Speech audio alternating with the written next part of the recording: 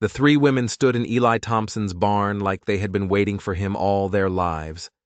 No introduction, no explanation, just there, calm as stone, their dark eyes fixed on him in a way that sent a spike of ice straight up his spine.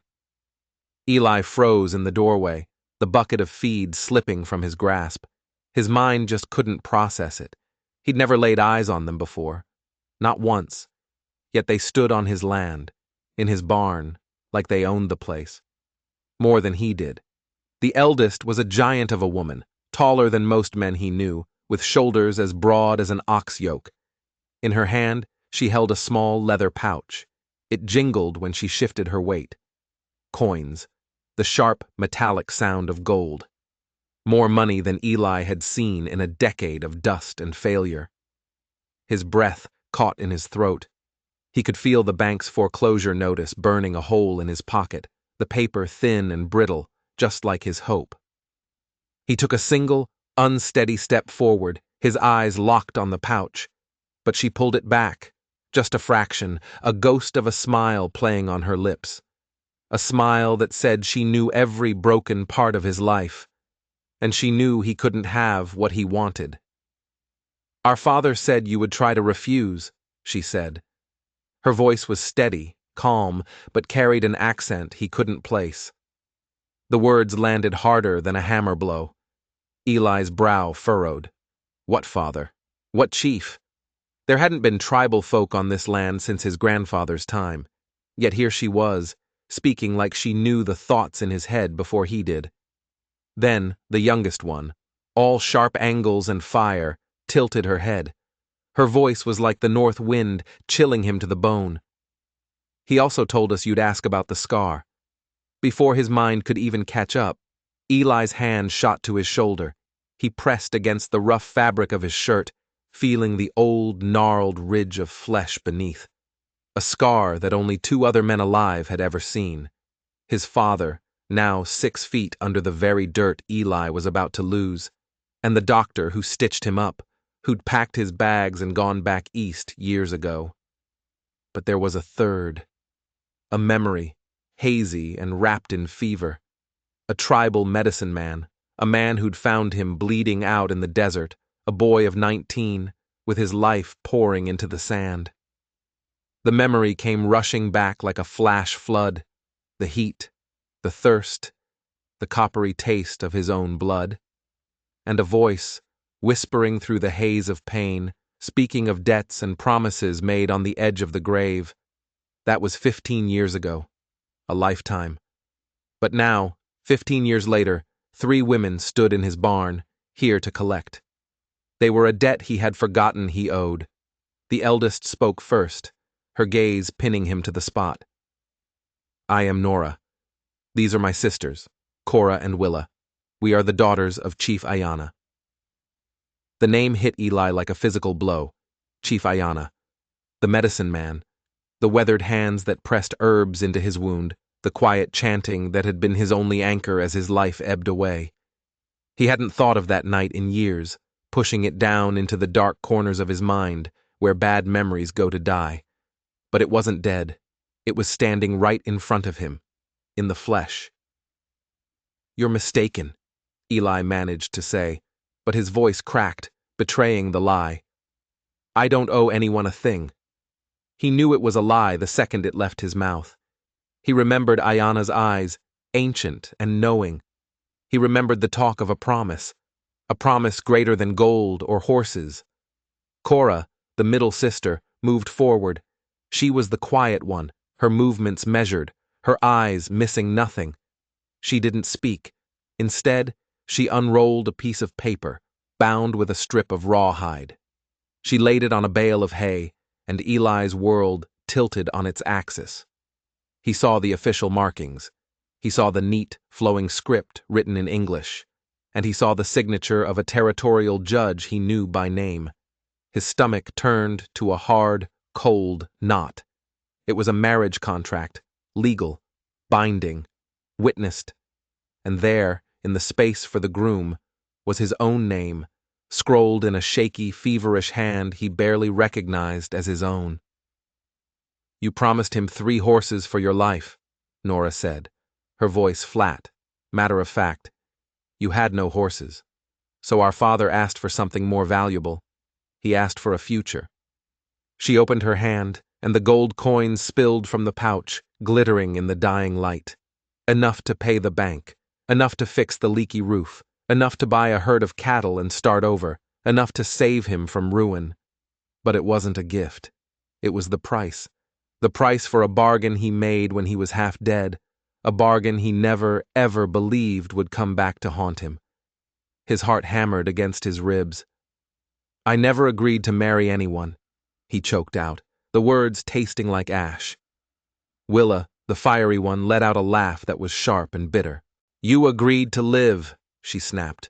You swore an oath, whatever our father asked, or may your bloodline end with you. The words wrapped around his neck like a noose, a foolish promise from a desperate boy. But promises don't die, they just wait. And now his were standing in his barn, demanding he make good on his word. Just then, the barn door creaked open, cutting through the thick, tense air. A figure stood silhouetted against the setting sun, tall once, proud once, but now, bent and broken by sickness. The air rushed out of Eli's lungs. Chief Ayanna. He looked just as Eli remembered, but thinner, grayer, as if something was eating him from the inside out. His eyes were sunk deep in their sockets, but they still held the same ancient power. The same power that had bound a dying boy to an unbreakable vow. My daughters have spoken the truth, the old man said. His voice was a gravelly whisper, but it filled the entire barn. Do you deny your promise? Eli swallowed, his throat as dry as the desert sand where this all began. I was 19. I was dying. A man says things. It was a vow. Ayanna cut him off, a violent cough shaking his frail body. A fleck of blood appeared at the corner of his mouth. Nora rushed to his side, but he waved her away. I gave you life. You gave me your word. The time to honor it has come. Before Eli could find an answer, the ground began to tremble. Hoofbeats. Not one rider, but several, coming in fast. 4 men burst into the barn, dismounting with the easy grace of warriors. They were young, hard-eyed, carrying a hunger that spoke of loss and a thirst for revenge. One of them, with a jagged scar running down his cheek, stalked toward the chief. Uncle, he said, before switching to their native tongue, the words flying fast and angry. Eli couldn't understand them, but he didn't need to. He could hear the rage. Speak English, Nora commanded, her voice sharp. Mr. Thompson should know the fate he is choosing. The scarred man, Makya, turned his venomous gaze on Eli. You should know the truth, rancher, he spat. These women you hesitate to claim, they are not just daughters, they are fugitives, hunted, wanted for the blood of 6 white men. The words hit Eli like a stray bullet. He stared at the sisters, really seeing them for the first time, not as women demanding a promise, but as killers. His gut twisted, and the old scar on his shoulder began to throb, a phantom pain from a life he thought he'd left behind. Nora met his gaze, her own eyes unflinching, hard as obsidian. They were not men, she said, her voice low and steady, each word a carefully placed stone. They were butchers. They burned our elders in their homes. We did what justice demanded. The barn fell silent, the only sound the chief's ragged, painful breathing. And in that silence, Eli understood. This wasn't about a promise. It wasn't about a debt. It was about blood. And he had to decide if he was going to let theirs be spilled, or if he was going to stain his own hands to protect them. The sound reached them first. A low, rhythmic thunder that wasn't just a few riders. It was the steady, disciplined pounding of trained cavalry. Eli's stomach plunged. Through the wide barn doors, he saw them. A dozen soldiers, their blue uniforms caked with dust, emerging from the twilight haze like ghosts. And at their head rode Captain Morrison. Eli knew him. knew his cold eyes and his snake-like smile. Morrison worked for the bank, the same bank that held the deed to Eli's land. He'd been out here before, talking about overdue payments, his words polite but his meaning clear. Sell the land, or we'll take it. But he wasn't here about money tonight. "Thompson, open up!" Morrison's voice was a whip crack in the fading light. "We're looking for fugitives!" Eli's heart hammered against his ribs like a trapped bird. He looked at the sisters, their faces grim, their hands already moving toward the knives at their belts. He looked at the marriage contract on the hay bale, the judge's seal catching the last bit of sunlight. His mouth was bone dry. He was out of time. He was out of choices. With a hand that trembled so badly he could barely hold it, he snatched the pencil from the bale. He didn't think. He just acted. He scrawled his name on the line. Nora's eyes widened for a split second, a flicker of shock, before her expression hardened into resolve. She stepped forward, took the pencil, and signed her name with a firm, decisive stroke. "Quickly!" Eli hissed, shoving the pencil at Cora, then Willa. They added their names, their handwriting as steady as if they were signing for a delivery of feed. Just as the last sister finished, the barn door slammed open. Morrison strode in, his icy blue eyes taking in the scene. "Well now," he drawled, a smirk playing on his lips. "Looks like you've got yourself some company, Thompson." His gaze swept over the sisters, lingering on Nora's proud stance. "My wife," Eli said, the words catching in his throat. They felt strange, heavy, like a language he didn't know how to speak. "Nora Thompson, and these are my other wives, Cora and Willa." He prayed it sounded convincing. "We were married this afternoon, in Prescott, all legal and proper." He held out the certificate, his hand shaking, the paper rattling softly. Morrison snatched it from him. The silence in the barn was absolute. Every second stretched into an eternity as the captain read the document, his scowl deepening with every line. Eli felt a rope tightening around his neck. Finally, Morrison thrust the paper back at him. His jaw was clenched so tight Eli could see the muscles twitching. "Convenient timing, Thompson," he said, his voice low and dangerous. "Real convenient. Me hunting 3 native killers, and you just happen to take 3 native wives on the same day." "They're farmers' daughters," Eli lied, forcing his voice to stay level. "From down south, peaceful folk." Morrison's eyes were like chips of ice. He didn't believe a word of it. Eli could see it plain as day. But the document was legal. It was ironclad. For now. The captain turned on his heel.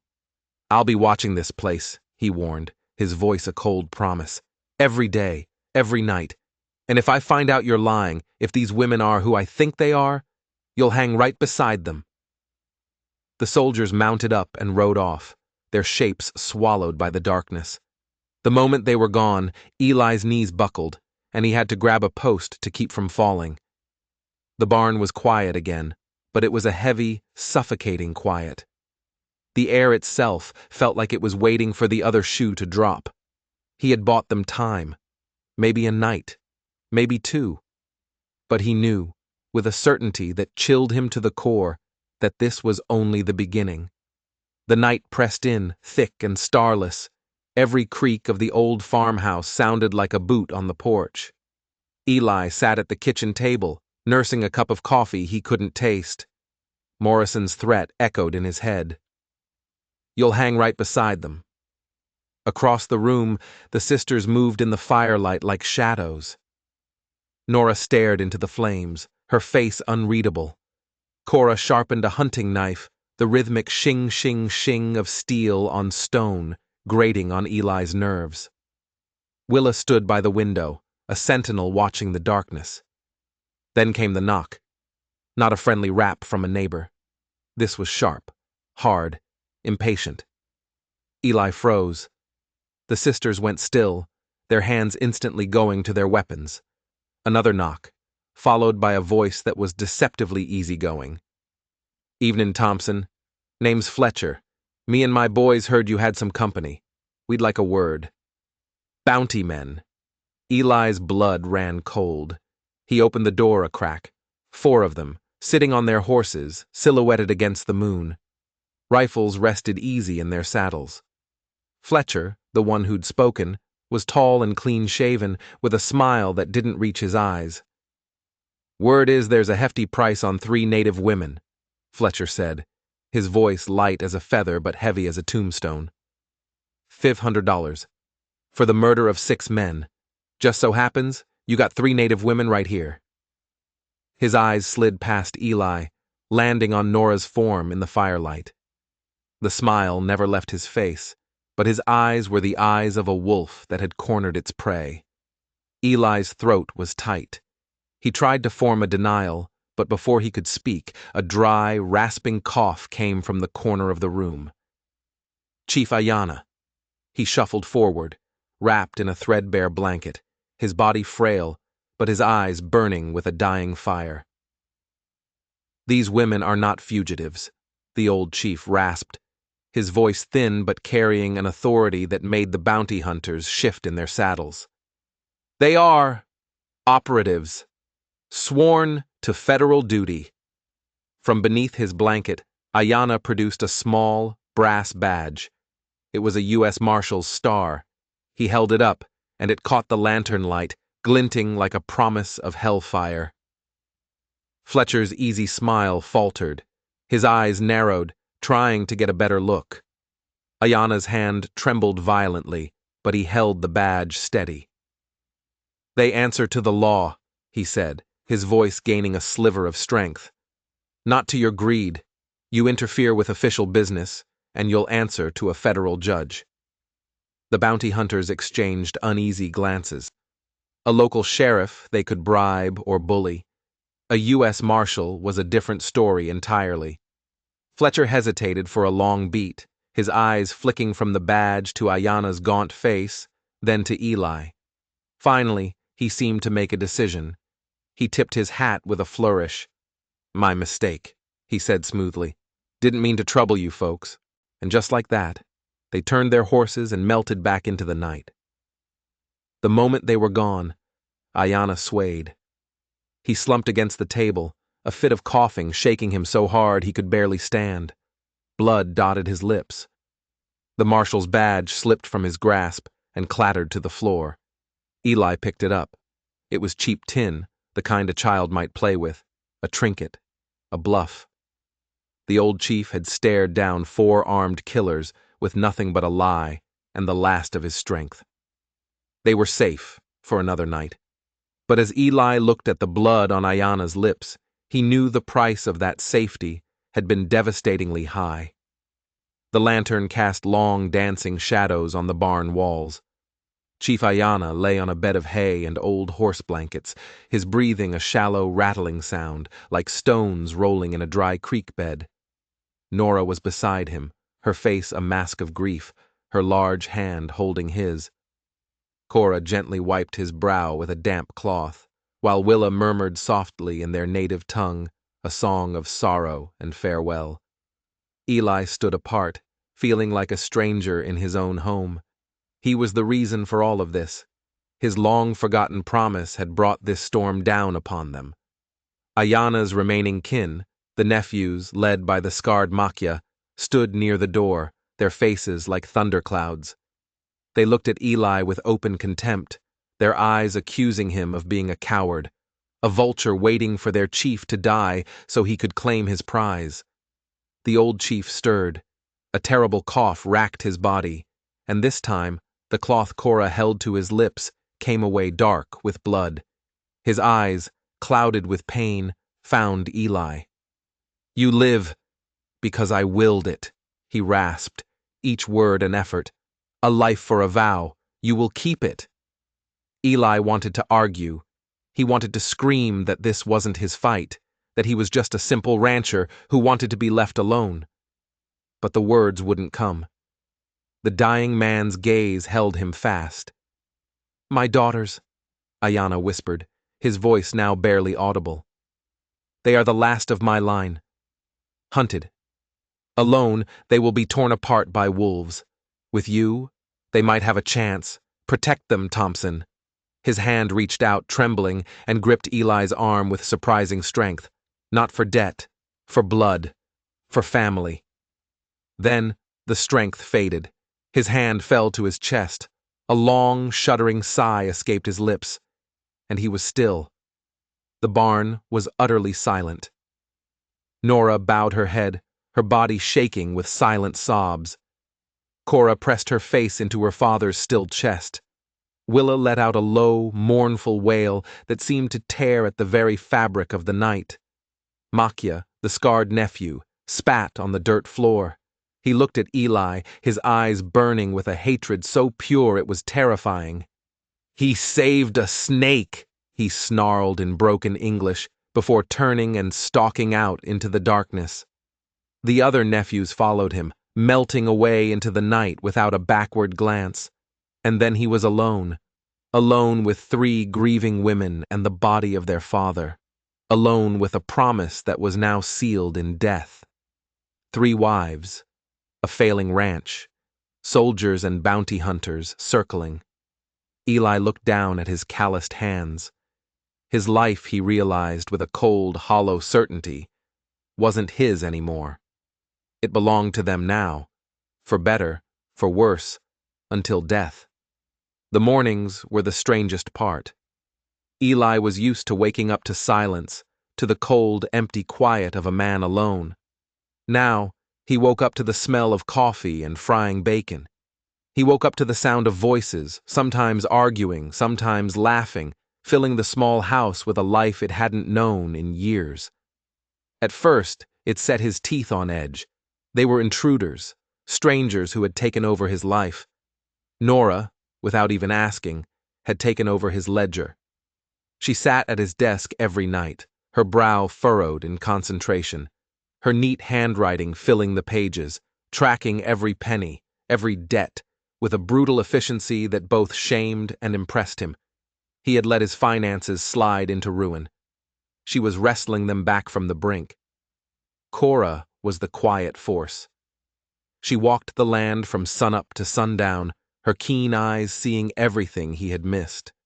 The sagging fence posts, the dry well, the patch of good grazing land hidden in the back canyon. She drew maps in the dirt, planning repairs, crop rotations, a future for the ranch he had long ago given up on. She never raised her voice, but when she told him they needed to move the cattle or mend a roof, he found himself doing it without question. Willa was the fire. She filled the house with wild energy, with songs in a language he didn't understand, but felt in his bones. She teased him relentlessly, making him flush and stammer like a boy. She was the one who found a patch of wild berries and made a pie that tasted of summer. She was the one who taught him a new card game and cheated outrageously, her laughter ringing through the rafters. It wasn't easy. 3 strong-willed women in one small house was a recipe for conflict. Nora's stern practicality often clashed with Willa's impulsive spirit. More than once, Eli found himself playing the unlikely role of peacemaker, standing between 2 simmering tempers. The nights were the hardest.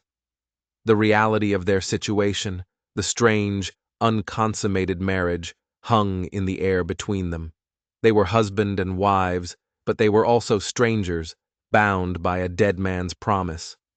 And yet, something was happening. A rhythm was forming.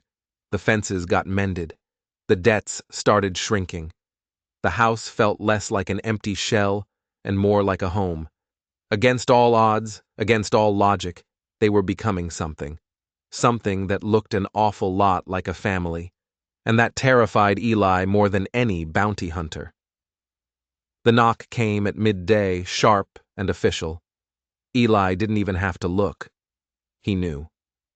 Captain Morrison stood on the porch, flanked by 2 of his troopers. His face was a thundercloud.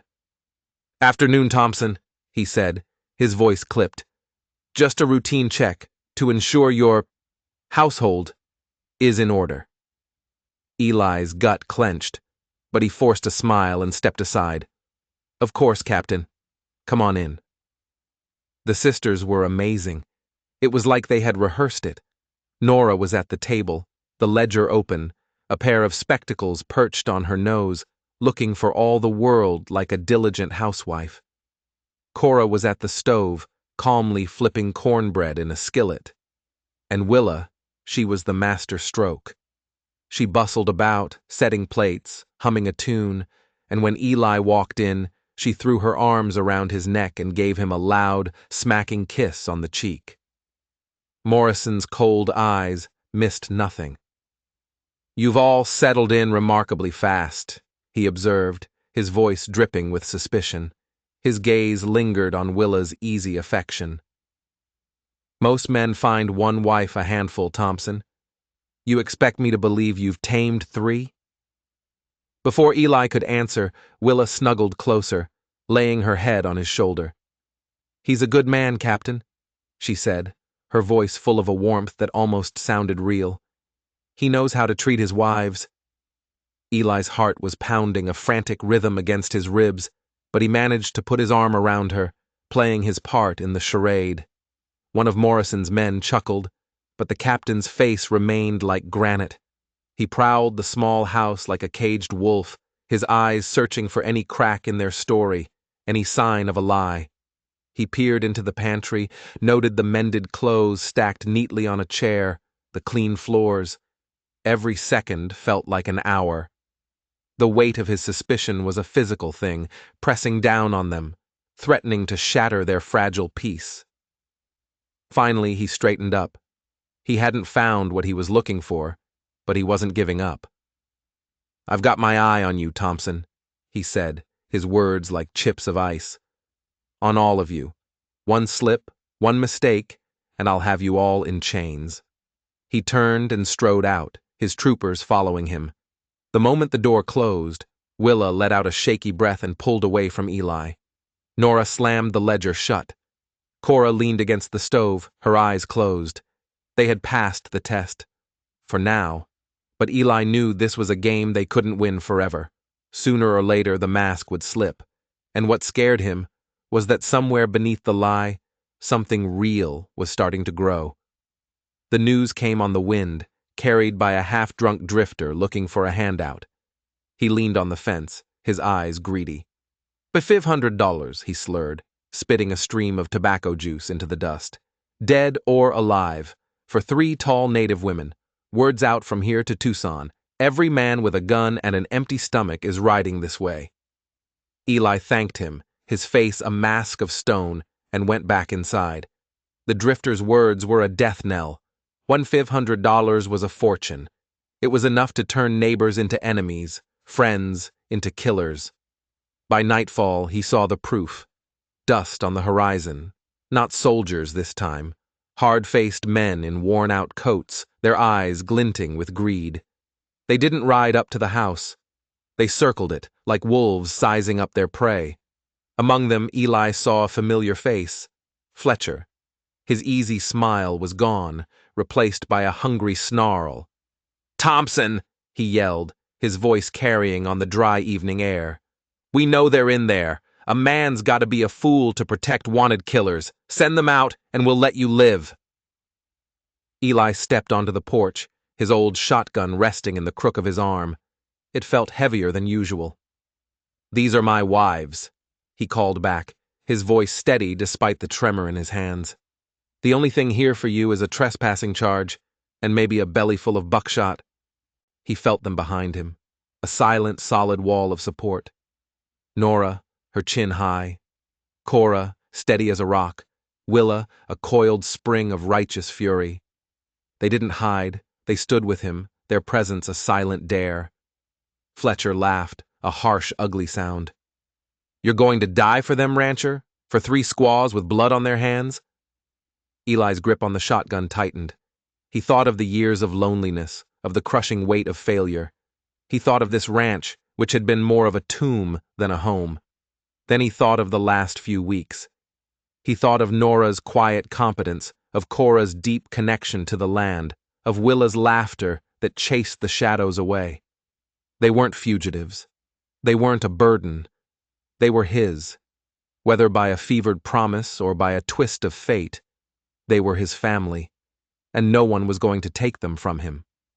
"Get off my land," Eli said, his voice low and dangerous. Fletcher's answer was a muzzle flash. A bullet splintered the porch post next to Eli's head, and then all hell broke loose. The night exploded in a symphony of gunfire. Bullets tore through the thin walls of the house. Eli dropped to one knee, aimed, and fired, the shotgun's roar a satisfying thunder in his ears. The recoil slammed into his shoulder, a brutal, welcome shock. This was a fight he had never asked for, a war he had never wanted, but it had come to his doorstep, and he would be damned if he was going to run from it. The smell of gunpowder hung heavy in the air, sharp and acrid. The echoes of the gunfight faded into the chirping of crickets. Eli leaned against the porch post, his chest heaving, his knuckles white on the stock of his shotgun. The yard was littered with signs of the fight. The bounty hunters were gone. Some had fled into the night. Others were dragged away by their friends. A few weren't going anywhere, ever again. Eli looked at the dark shapes in the dust and felt a cold knot in his stomach. He had killed men tonight, to protect his home, to protect his wives. Inside, Nora was tending to a deep gash on his arm, her touch surprisingly gentle. Cora stood at the window, rifle at the ready, her eyes scanning the dark tree line. Willa was by the hearth, stoking the fire, humming a low, shaky tune.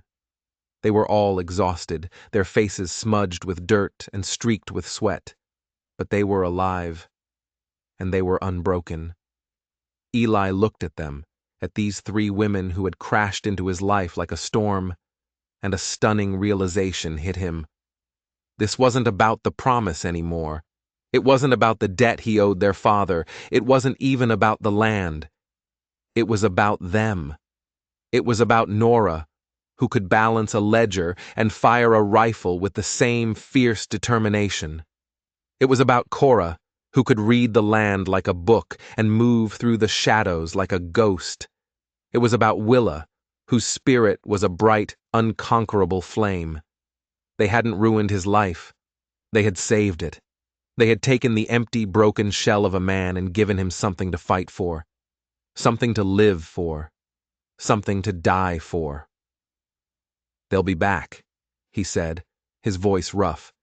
"Morrison, Fletcher, more men like them. They won't stop." Nora finished tying the bandage and met his gaze, her dark eyes sharp. "They will not find you standing alone," she said. It wasn't a question. It was a statement of fact. Cora nodded from the window. Willa managed a small, tired smile. Eli picked up his shotgun. The fear was still there, a cold snake in his gut. But something else was there too. A fire. He wasn't just Eli Thompson, failing rancher anymore. He was Nora's husband, Cora's husband, Willa's husband. He was their shield. He had made a promise to a dying man, a promise he hadn't understood, but he understood it now. He would fight for them, not out of debt, but out of love. If you enjoyed this story, click the video on your screen now to watch another unforgettable tale where courage and destiny collide in the untamed frontier. Don't forget to subscribe and consider a super chat to help us keep bringing you more stories like these. Your support means everything to us.